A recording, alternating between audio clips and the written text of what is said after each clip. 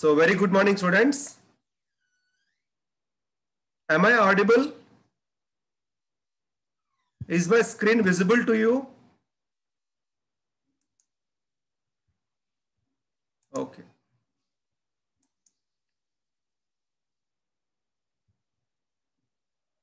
So 83 members joined the class. Shall we wait for 2 more minutes? Already I have waited for more than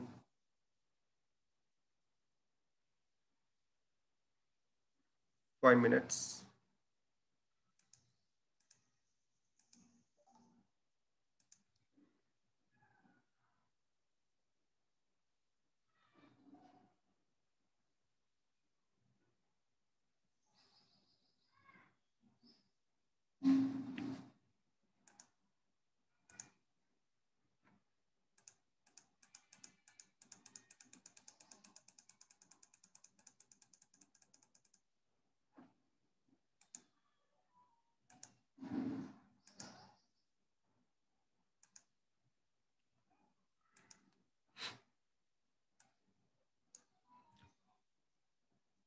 So welcome back to the class of global positioning systems.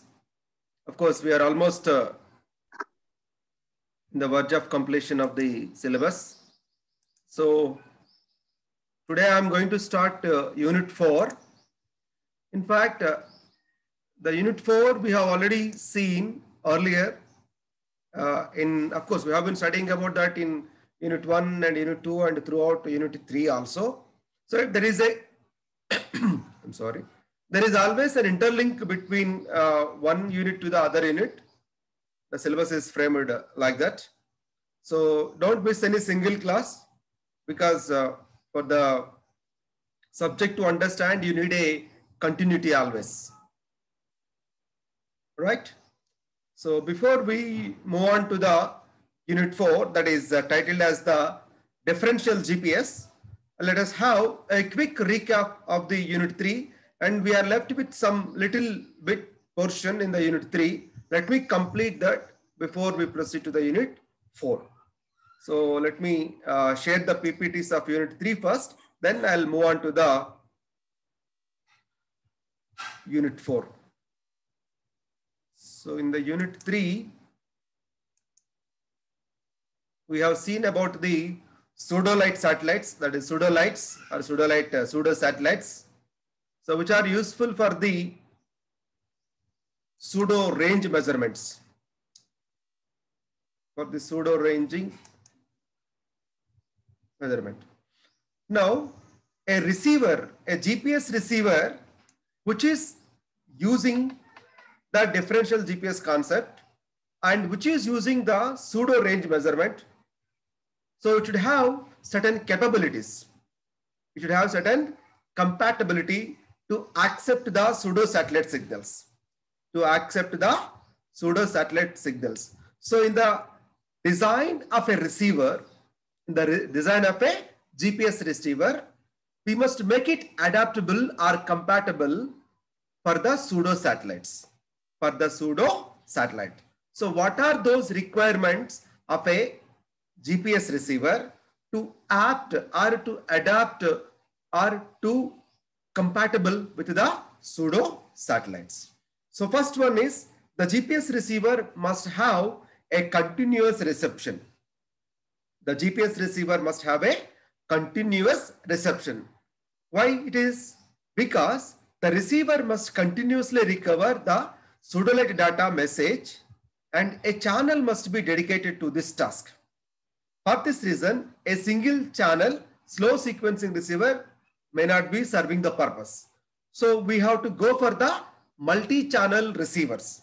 Of course, in the very beginning, to reduce the complexity, the engineers might have used these single channel receivers. But nowadays, whatever the GPS receivers that are coming into picture are all coming with the multi-channel receivers. So it's not a problem. So any GPS receiver, whichever is built, it is coming with a multi-channels, not a single channel. So because of the multi-channels, this will make a continuous receiving capability for the pseudolites also. And the second compatibility required by a GPS receiver is the ability to track the pseudolite gold codes. The ability to track pseudolite gold codes. So what are gold codes? The GPS signal uses the C by A code and P code. In similar to that, the pseudo satellite signal or the pseudolite signal will also look like a GPS signal. How it looks like a GPS signal? Because it is also employing the same type of the codes that are used by the original GPS RF signal. And that is nothing but the gold code here.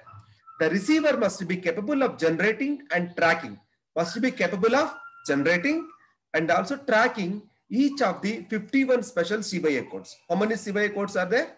51 special CBA codes are there specified for the pseudolite signals. Although the codes can be tracked with standard GPS tracking loops, optimum performance demands that the noise between the pseudolite pulses be blanked to obtain a 10 decibels improvement in the SNR. So here, note this point. Demands that the noise between the pseudolite pulses should be blanked. The noise should be made zero. Of course, we cannot make noise always zero because it is always an engineering improvement. We can reduce it to up to the 10 decibels improvement in the, instead of reducing the noise, we will improve the signal strength so that the SNR improves. The SNR should be improved up to 10 decibels. The SNR should be improved up to 10 decibels. And the third point is, the third compatibility requirement by a GPS receiver is the reduction of the pseudo satellite interference to the GPS signal channels. So there are two signals. One is the pseudo satellite signal and another one is the GPS signal, and GPS receiver using the multi-channels. Then there is always a possibility of the interference. There is always a possibility of the interference between the signals. So we have to take utmost care such that the interference between these two is less. So that is, in a GPS satellite channel, a pseudolite signal appears as a pulsed interference that can be 60 decibels greater above the satellite signal level. So it is greater than the satellite signal level. The resulting degradation of the GPS satellite signal can be reduced to acceptable levels by properly designed wideband pre-correlation signal clipping in the receiver. So what is the technique that we are employing to reduce the noise to avoid the interference? That is, we are using wideband pre-correlation signal clipping. So, you know, you might have studied in your previous semesters. What is signal clipping? Clipping is nothing but the removing certain portion of the signal. Removing certain portion of the signal. So if we remove certain portion of the signal means we are removing its amplitude in terms of the amplitude. So signal can be degraded. So this improves with increasing pre-correlation bandwidth and decreasing the clipping level. It typically results in a reduction in the GPS SNR of 1 to 2 decibels. So the GPS SNR will be reduced up to 1 to 2 decibels. So it's a good improvement. And a somewhat more effective approach is to blank the GPS signal. Is to blank the GPS signal ahead of the correlator during the reception of a pseudolite pulse, and it results in a reduction of the 0.5 decibels. So one way is to use the pre-correlation signal clipping, and another way is completely blank the GPS signal. Completely blank the GPS signal. Of course, even this also will reduce the SNR to about 0.5 decibels. About 0.5 decibels. Am I audible? Hello? Please respond somebody. Naidruva, am I audible?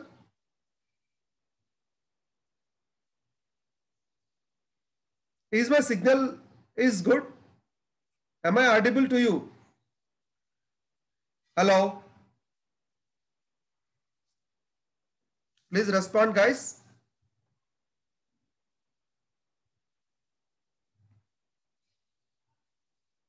Okay. So the next one is fourth capability or compatibility is ability to receive overlapping pseudolite pulses. Ability to receive overlapping pseudolite pulses. So this is very good point. That is a group of pseudo satellites designed to be utilized simultaneously. See, we are using 24 satellites in a GPS constellation.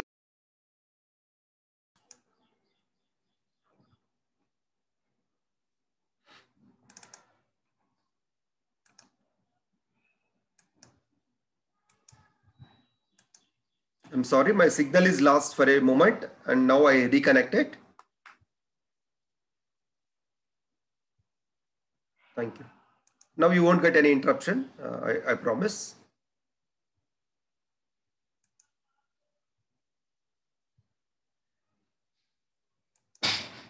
Right.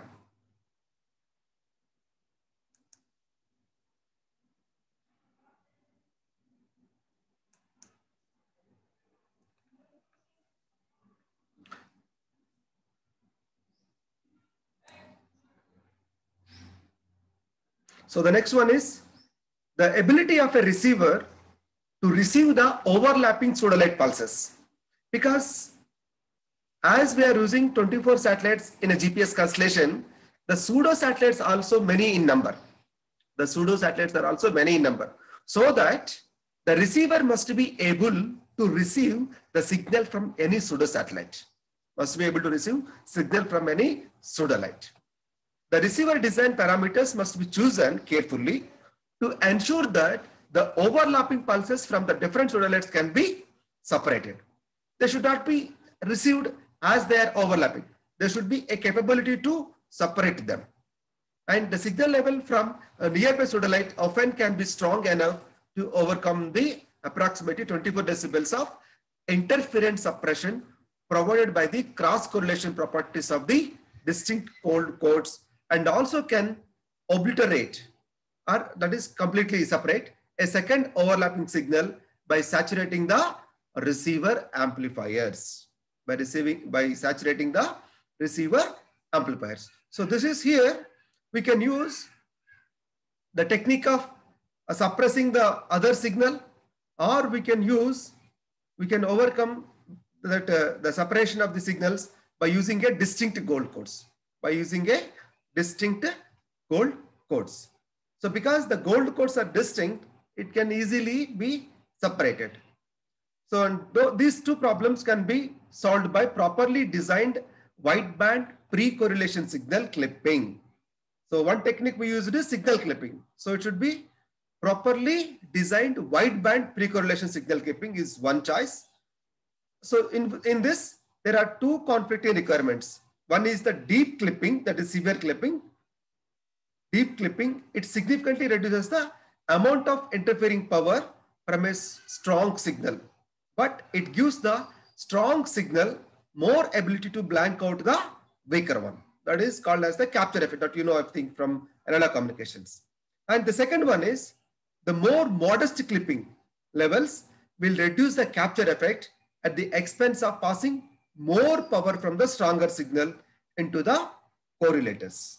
So because of this, more stress is put on the gold codes to separate the weaker pulses from the stronger ones and in the correlation process. So an acceptable compromise is always there. There is always a trade-off between these two.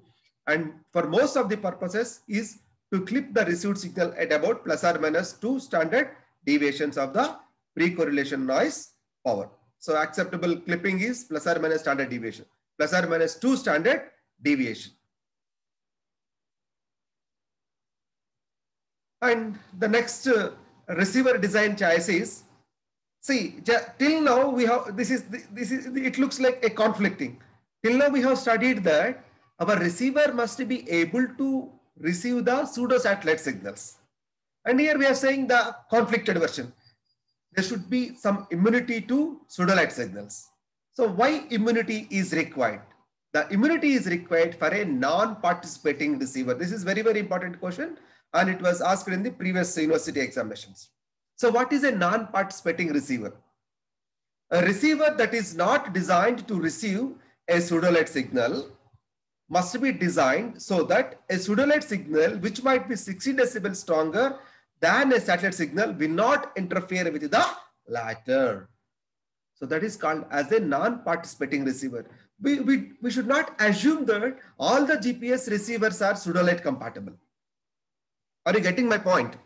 We should not assume that all the GPS receivers are pseudolite compatible. Some of the GPS receivers they don't want to receive the pseudolite signals, and such receivers are called as the non-participating receivers. So they must be able to reject the pseudolites. So that see, the one way is we are increasing the pseudolite signal strength. We are improving the SNR of the pseudolite. When we improve the SNR of the satellite, the original GPS signal strength will become lesser. So here, for the non-participating receivers, it will become a difficult task.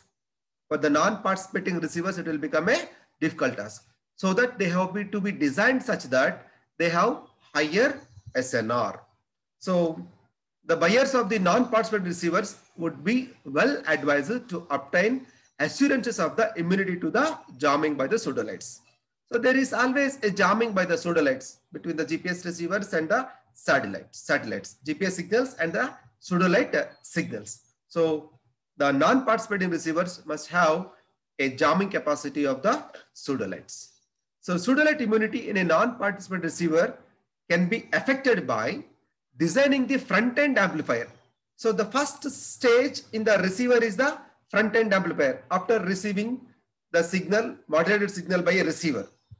So what we are doing, designing the front-end amplifier circuits for quick recovery from the overload in combination with pre-correlation hard limiting of the signal. So pre-correlation hard limiting of the signal is to be done. Of course, this is more suitable for the low-cost receivers like handheld units. And so this is the pseudolite signal similarity. But for a high-cost or sophisticated receivers, this may not be a serious problem. For the high-cost or superior GPS receivers, this may not be a considerable problem because they are already coming with inbuilt high SNR. And the next receiver design choice is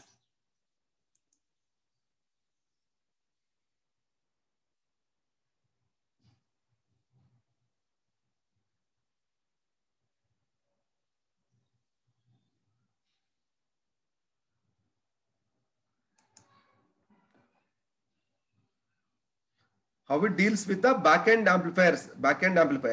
See, the same. So see, after we are pre-amplifying in the first RF stage, we are passing it on to the first IF stage and second IF stage. And consequently, the same results will be appearing in the back-end amplifiers also. Is this clear? 449 has asked this doubt. 449, I think it is Salim, right?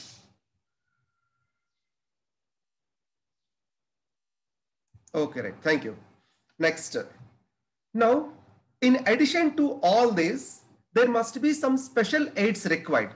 Of course, if you remember back the block diagram of the GPS receiver, there are some special aids like LoRaWAN-C, some other INS aiding like that. So what are these special aiding inputs that are required by a GPS receiver? The first one is the INS aiding. What is INS? That is inertial navigation system.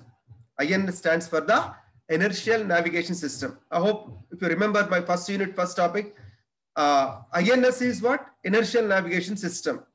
So it is not using any reference, and remaining 4 navigation techniques are using some references, and INS is the only one which will not use any reference. So this is inbuilt, that is self-made. So here, although the GPS navigation is potentially very accurate, the periods of poor signal availability, remember each and every point, jamming and high dynamics platform environments will limit the capability of the GPS navigation. So one point is poor signal availability. If the RF signal that is sent by the GPS satellite is having not enough strength, and if there is any jamming between one signal to another signal, and high dynamics platform environments. There is more movements. If more movements are there, then these may limit. In such cases, INS aiding inputs are required for us. In such cases, inertial navigation systems are relatively immune to these situations and thus offer powerful leverage in performance under these conditions. But on the other side, the fundamental limitation of the INS long-term drift is overcome by the inherent calibration capability provided by the GPS. So incorporation of the INS measurements is readily achieved through the Kalman filtering. So I said Kalman filtering is used here for the INS navigation. Of course, in the unit 4, we will study how to integrate INS with the GPS. GPS INS integration. There is some special circuitry required that we'll learn in our unit 4. And next one is aiding with the additional navigation inputs. If these are not sufficient, we have to aid with some additional navigation inputs.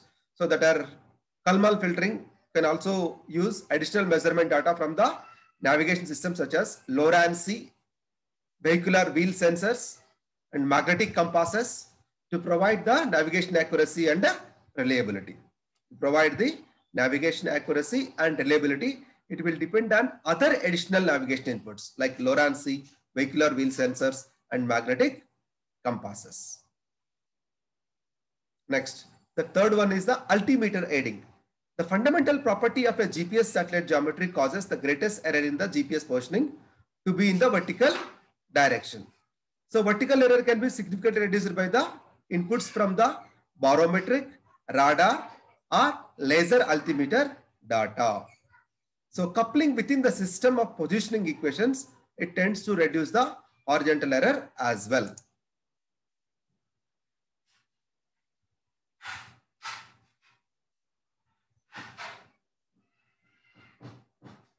INS Vikramaditya submarines. Submarines, I think they are used in the oceans, right? Oceanography, right? We have to think as of by the time the textbook authors publish this, they have not mentioned this topic. We have to do some investigation on that and I'll let you know soon. Okay? I don't know about that Vikramaditya. I'll let you know soon. Okay? Right. And you also can search the web for this purpose. Okay, Salim? Right. Thank you. So altimeter reading is if there is any error in the vertical position, we have to introduce some additional inputs like barometric, radar, or laser altimeter data.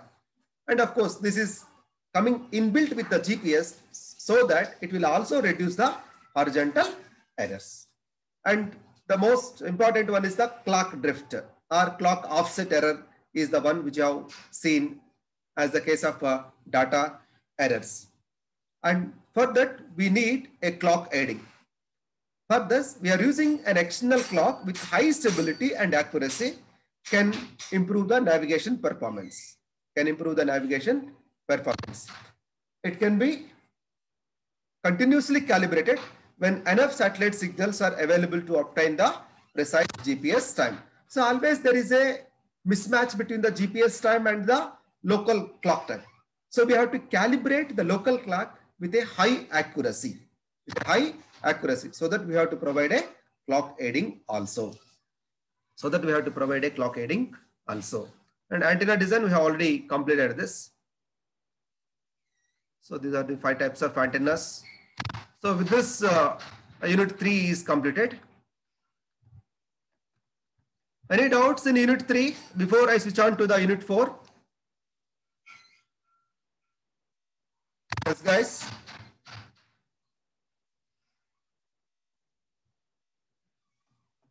Okay. No doubts means I'll go on to the unit 4. Before we start off with the presentation, let us have a look into the syllabus first. What are present in it? Are you able to view the screen?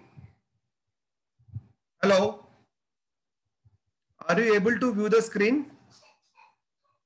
Please respond through chat box. I will increase this. Right. So this is unit 4. The title of the unit 4 is differential GPS. Heard it right already? Yes, we already heard it, differential GPS. It is one of the augmentation system. So augmentation is nothing but it is a check or correction for the errors that are caused in the GPS system.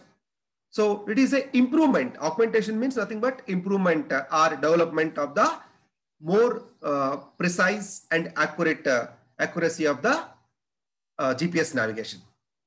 So in this, the topics are LAD GPS, local area DGPS, WAD GPS, wide area differential GPS.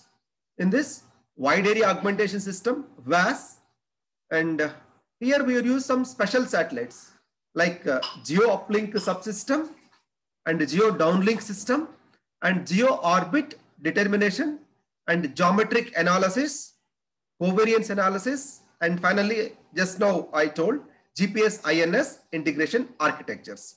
GPS INS integration architectures, because we are using sometimes GPS and we are introducing some INS inputs. So there must be a integration should be there between these two. And for that purpose, we are using some special GPS INS integration architectures.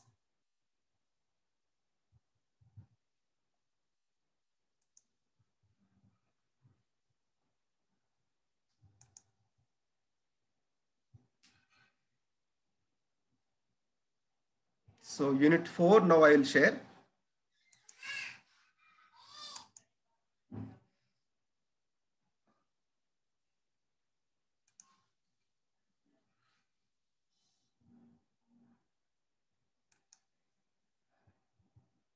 So please take the contents. All of you in your book, please take the contents. So unit 4 is having a limited syllabus so that you can score high marks in this.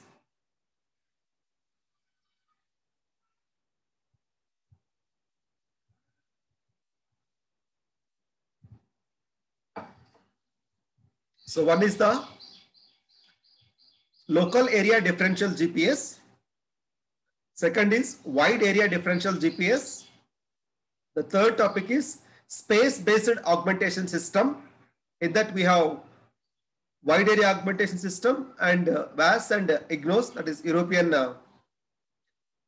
operating system, and GBAS, ground-based augmentation system, LoRaWAN-C, geo uplink subsystem, geo downlink subsystem, and how to determine the geo orbit, that is geo orbit determination, geometric analysis, covariance analysis, and finally GPS INS integration architectures.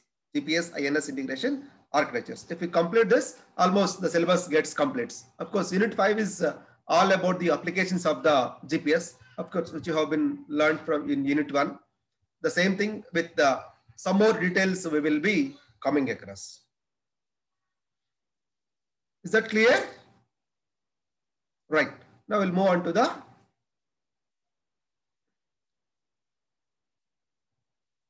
So what is differential GPS? Differential global positioning system. Please take down the definition because this may be very frequently asked. So differential GPS is a technique for reducing the error in the GPS derived positions. Definition should be definition only. A differential GPS is a technique for reducing the error in the GPS derived positions by using the additional data from a reference GPS receiver at a known position. By using the additional data from a reference GPS receiver at a known position. That means it is very clearly giving us the information that there is one user's receiver, the original receiver, and there is one additional reference receiver. The user's position has to be navigated, has to be given in the form of navigation message. Its coordinates we don't know. And to know this, we are using a reference station. We're using a reference station and we are using some additional data from the reference station we are providing the navigation information of the user. Navigation information of the user. So the most common form of differential GPS involves determining the combined effects of the navigation message ephemeris and satellite clock errors. So one is the navigation message ephemeris. Ephemeris is orbital information of the satellites, and satellite clock errors also. Because of the mismatch of the clocks, errors are caused. Of course, we already learned the GPS errors. At a reference station and transmitting the delays corrections in real time to a user's receiver. In real time to a user's receiver. See, I will explain this with some. So able to view these two pens. So I'm holding two pens. One is yellow colored one and other one is the red colored one. The red colored one is the user's receiver, which we have to find the location. That is our purpose of GPS navigation, right? Now this is unknown. Red colored user is the receiver is unknown, and for this purpose I am using a reference station. The yellow colored one is the reference station. The yellow colored one is the reference station, and its locations are already known to us. The yellow colored receiver's locations are already known to us. In spite of knowing this, we are giving a navigation message. We are giving a navigation message for the reference station also by using the satellite navigation procedure. So what do? We receive a signal from 4 satellites in our trilateration technique, and we measure the time of travel by noting down the starting time of the RF signal and receiving time of the RF signal, and we multiply it with the speed of the RF signal. Of course, the RF signal's speed is equal to the speed of the light. And then we will estimate the position of the known reference. But the thing is, we already knew the position of the reference station. Now we will compare the known position of this and calculated position of this. And if there is any error, that error is conveyed into the original original user or the original receiver. Have you understood this? Say yes or no. If you say yes, then only I can proceed further. Hello, guys. Hello. Have you understood this concept? What is actually happening in the differential GPS? So once again, I'm repeating. I'll change the things because it is not visible here. So now the red colored one is a user which is to be navigated. That means it is an unknown user's receiver. And yellow colored one is a known reference station. The yellow colored one is a known reference station. Known reference station means its longitudes and latitudes are already known to us. In spite of knowing all this, we will use the GPS navigation technique not to know the position of the yellow colored one, to know the errors in the GPS navigation procedure. Remember, this is very, very tricky point is there. Now we will do the navigation, apply the navigation principles to know the known location, known reference location. And if it is the navigation message after the GPS is not matching with the original one, means then there are some errors. The errors may be ephemeris errors, maybe due to the clock errors, or maybe to the ionospheric errors, whatever be the sources, or due to the inbuilt receivers also, inbuilt errors, that is internal noise errors. All these errors are cumulative, of course, we already have enough knowledge of that. Then we will transmit these errors to the actual user. We will transmit this error to the actual user so that he will readily correct this information and can able to locate the exact position of that without minimized errors. Remember, I'm saying not errors, minimized errors. Minimized errors. So in the beginning of the invention of the GPS, this technique was not there. Later on, this was improved and implemented in the many of the GPS receivers. Many of the GPS receivers. And this is called as the differential GPS, and it is of greater importance. Deny this heading. I forgot to change this heading. Please deny this. This is actually the differential GPS. I changed the entire content, but heading I didn't change. Please forgive me for that. Okay. So the most common form of the differential GPS involves determining the combined effects of the navigation ephemeris and satellite clock errors at a reference station and transmitting the delay corrections in real time to a user's receiver. Of course, that is that. The receiver applies the corrections in the process of determining its position. Of course, the receiver can easily apply these corrections that are sent by the known reference station easily. And what are those? They include the corrections include selective availability error. So in bracket if present, because selective availability is a optional one. It's based on a choice. Sometimes selective availability errors may be present, and sometimes selective availability errors may not be present. That's why it is given as if present. If present, they will be taken into consideration. Then second is satellite ephemeris and clock errors. Of course, obviously they will be there. And third is the ionospheric delay errors. Of course, obviously it will be there because the RF signal has to travel through the troposphere, ionosphere, and Earth's atmosphere. Then troposphere delay error, of course. And still other sources, error sources can be corrected with the differential GPS that are multipath errors. Of course, in our, I think, day 4 yesterday, not the yesterday's class, a previous class we might have learned multipath errors. So the RF signal that is sent may not be directly reaching the GPS receiver. Instead of that, it is reaching some tall buildings or some tall towers, or it may fall on some metal surfaces like vehicles, and it will reflect and it will take a multipaths. And because of that, some errors may be caused. In addition to that, some user-induced errors. So user-induced errors are also present, and due to thermal noise in the receivers, because a receiver is always having some internal noise or thermal noise, and because of that also some errors are present. And all these errors are taken into consideration and corrected in the reference session and will be sent to the original user's receiver. Original user's receiver. Any doubts till now? Please respond, guys. Say yes or no. Okay. Then I'll move on to the first topic. The first topic is the local area differential GPS. So in the DGPS, we are talking about the local area differential GPS. So what is LAD GPS? It is a form of differential GPS in which the user's GPS receiver receives real-time pseudo range and carrier phase corrections from a reference receiver located within the line of sight.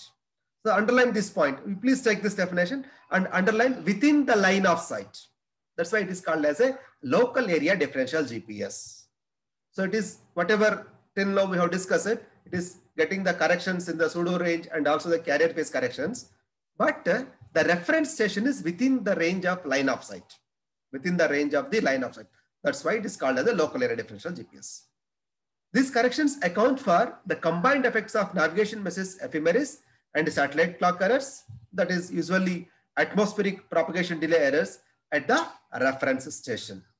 With the assumption that these errors are also common to the measurements made by the user's receiver, the application of the corrections will result in the more accurate coordinates. Because whatever the errors that were considered with the reference station, they may be present in the actual receiver also. They may be present in the actual receiver also, so that it will give accurate results. So that it will give accurate coordinates. Is this clear? So local area differential GPS means the reference station is present within the line of sight to the actual receiver. That is the only one point. Till now, whatever we studied, that is applicable to this. Next.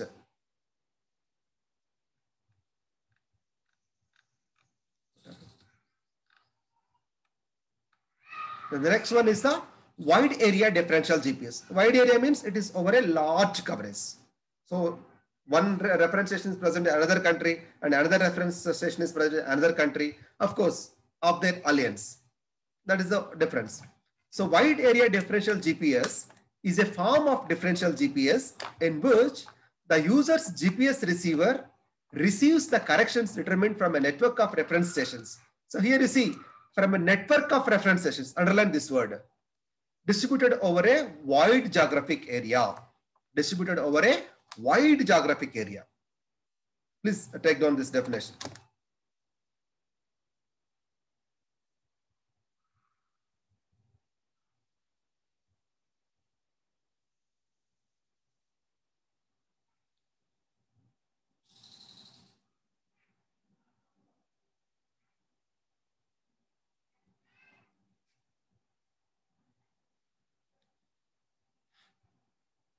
So this is more precise.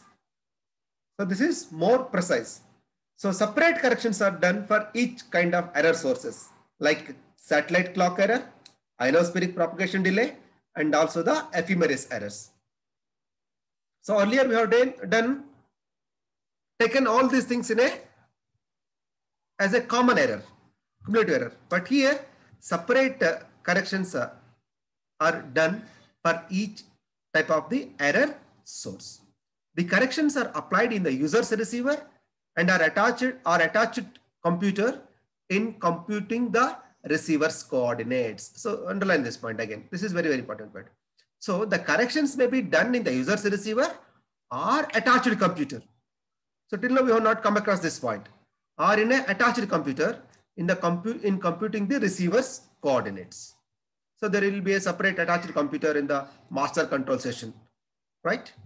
So the corrections are typically supplied in real time by way of geostationary communication satellite or through a network of ground-based transmitters. So this is very, very promising point. By the way of geostationary communications. So we are using geostationary satellites or through a network of ground-based transmitters. Through a network of ground-based transmitters, these corrections are sent to the receiver. So corrections may also be provided at a later date for post-processing the collected data. So we have done navigation procedure and located a particular user's receiver by a user receiver. And we don't know the authenticity of that. Whether errors are present in that or not, we don't know. But this will be preserved at some location, that is in an attached computer.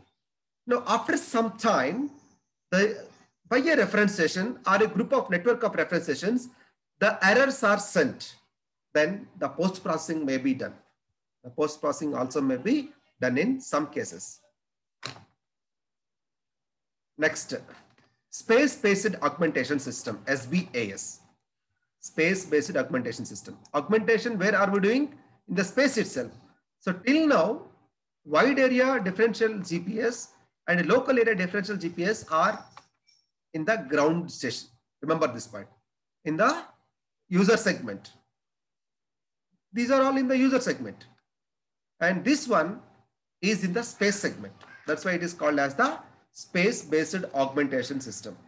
That's why it is called as the space-based augmentation system. And this is called as the WAS, Wide Area Augmentation System. So it enhances the GPS SPS and it is available over a wide geographic area. The WAS being developed by the Federal Aviation Administration. This was developed by the Federal Aviation Administration, FAA, together with some other agencies, of course not mentioned, and they will provide the WAD GPS corrections, wide area differential GPS corrections, additional ranging signals from the geostationary satellites, and integrity data on the GPS and geosatellites. On the GPS and geosatellites. See, till now in the GPS navigation, we have not used any geosatellites. All are the non-geostationary satellites. But here in the differential GPS, we are using the geosatellites. And each geo uplink subsystem includes a closed loop control algorithm and special signal generator hardware. And a special signal generator hardware for this purpose. These ensure that the downlink signal to the user is controlled adequately to be used as a ranging source to supplement the GPS satellites in view. To supplement the GPS satellites in view. So this is about the WAS. Of course, about WAS, we have already studied in our previous class.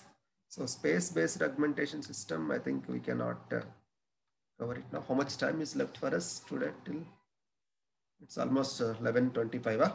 Okay, space-based augmentation system we will see in our next class. I think mostly on Monday. So by next week I'll complete Unit 4, and the other week we will see about the applications of the GPS. That is our Unit 5. Till now, any doubts? I'll wait for some time.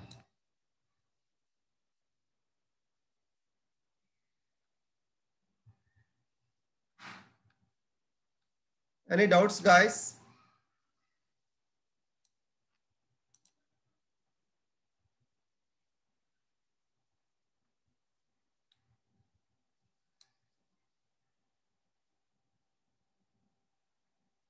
You can ask me in the chat box, or you can raise hand so that I will unmute you and you can talk to me.